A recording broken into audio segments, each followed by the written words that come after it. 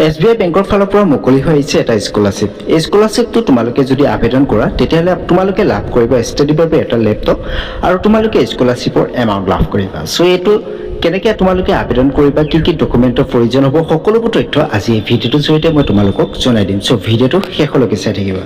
স্কলাৰশ্বিপটো run কৰিছে SBI ফাউণ্ডেশ্যনে। ইয়াত আপোনালোকে দেখা পাইছে SBI প্লেটিনাম জুবলি স্কলাৰশ্বিপ 2026। ইয়াত যদি তোমালোকে চোৱা তেতিয়াহ'লে স্কুল ষ্টুডেণ্টসকলেও স্কলাৰশ্বিপটো লাভ কৰিব, আণ্ডাৰ গ্ৰেজুৱেট ষ্টুডেণ্টসকলেও এই স্কলাৰশ্বিপটো লাভ কৰিব, পষ্ট গ্ৰেজুৱেটসকলেও লাভ কৰিব আৰু আদাৰ যিসমূহ ষ্টুডেণ্ট আছে এই ষ্টুডেণ্টসমূহে যদি এপ্লাই কৰে তেতিয়াহ'লে স্কলাৰশ্বিপটো তেওঁলোকেও লাভ কৰিব।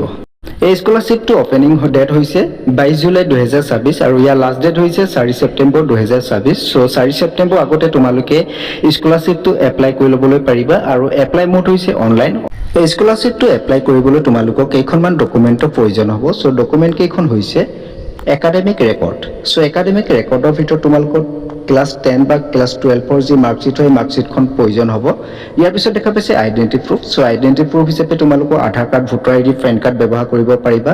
ইয়াৰ পিছত ফাইনেন্সিয়েল ডকুমেণ্ট যেনে তোমালোকৰ ইনকাম চাৰ্টিফিকেট, এই ডকুমেণ্টসমূহ তোমালোকে ব্যৱহাৰ কৰিব পাৰিবা। ইয়াৰ পিছত দেখা পাইছে এডমিশ্যন প্ৰুফ। চ' এডমিশ্যন কৰোঁতে যিখন তোমালোকৰ ৰিচিপ্ট দিয়ে ৰিচিপ্টখন হ'লেই হৈ যাব।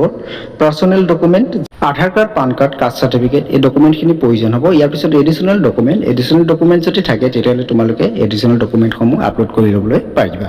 চ' এতিয়া আহিছোঁ এপ্লিকেশ্যন ফৰ্মখনলৈ। এপ্লিকেশ্যন লিংক মই ভিডিঅ' ডেছক্ৰিপশ্যন বক্সত দি ৰাখিছোঁ, তোমালোকে তাৰ পৰা গৈ পেলাই ডাইৰেক্ট এপ্লাই কৰিব পাৰিবা। এপ্লাই নাওত ক্লিক কৰি পেলাই এপ্লাই নাওত ক্লিক কৰাৰ পিছত তোমালোকে দেখা পাবা লগ ইন উইথ ষ্টাৰ্ট এপ্লিকেশ্যন। চ' তাত ক্লিক কৰিবা। তাত ক্লিক কৰাৰ লগে লগে তোমালোকৰ সন্মুখত ফৰ্মখন ফিল হ'ব। ফৰ্মখন তোমালোকে ভালদৰে ছাবমিট কৰিবা।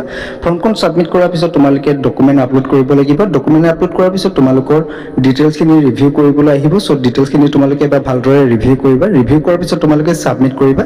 ছাবমিট কৰাৰ পিছত SBI ফাউণ্ডেশ্যন টিমে তোমালোকৰ এপ্লিকেশ্যনখন এবাৰ চাব। যদি সকলোবোৰ ঠিকে থাকে তেতিয়াহ'লে তোমালোকে এই স্কিমটো লাভ কৰিবলৈ সক্ষম হ'বা।